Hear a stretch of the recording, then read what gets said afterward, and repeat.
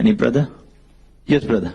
After the show, I read a comment on Twitter on SRK, Sharokhan's Twitter, that he said that post-show he had some discussion with you, and he has mentioned that after a post-show I had a discussion with Dr. Zakir Naik and it was very enlightening. I would like to know what was that enlightening session with Dr. Shahrukh. Yes, after the show was over, I did chat with Shahrukh for about half an hour, and it was a very good experience. I cannot discuss everything because many things were personal, so it would be wrong on me to say in public. I was meeting him for the first time. It was the first time I met him personally, though there are some common friends who are his friends and my friends.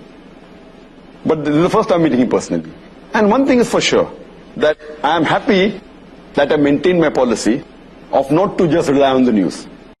But before the show, and which everyone may be aware, that it comes in the media, many people, many of my friends have told, Shahrukh Khan is not a practicing Muslim and he's not happy to be a Muslim, and he normally gives comments against Islam, and he does this and that. I personally have not heard it personally on the television. I have not heard, because I watch television very little.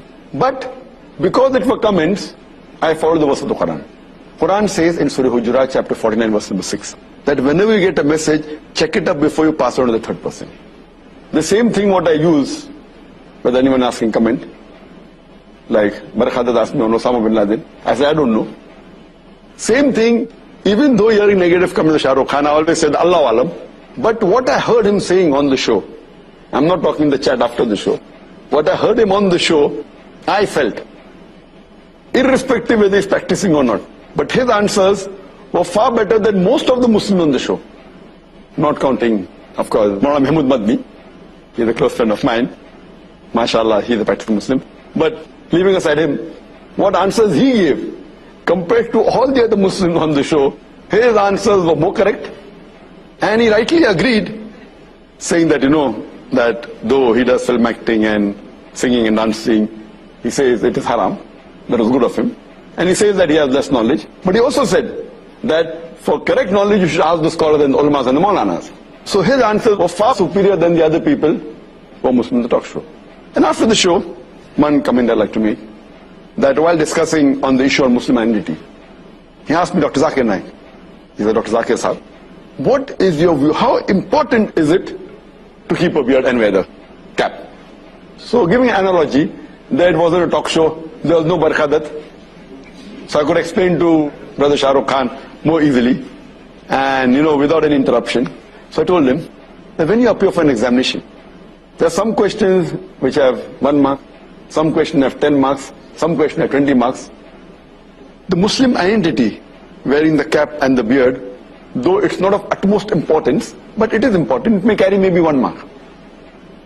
Behaving, practically being honest, speaking the truth, these points about Islam, the practice, may carry 10 marks, may carry 5 marks. So, though keeping a beard is not the most important, you can miss the 1 marks and concentrate on the 10 marks and 5 marks and 20 marks. But if someone wants to score distinction, he will try and even get this 1 mark. For example, when we appeared for the medical examination, we tried even to get that half mark, because we want to score above 90. So when you want to score above 90, this is very important. Beard is important and cap is important. It's a part of the sunnah. But if someone doesn't keep a beard, you cannot say that he's not a Muslim. You cannot say he's not a Muslim, doesn't sport a beard or doesn't wear a cap. But, you have given a very good analogy. So you like the example, that it is important, but may carry 1 mark, 2 marks. The more important is the amal. The other things about being honest, about offering salah, not doing shirk. This is of more importance. And as I mentioned in my answer to the talk show, that if a person does not keep a beard, it doesn't come in the 70 major sins.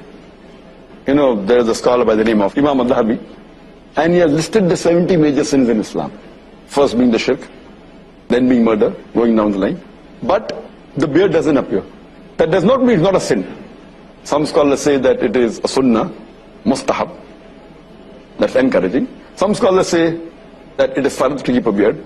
But whatever it is, no one puts it in the major sin. Either it's a minor sin, or it's a very important sunnah.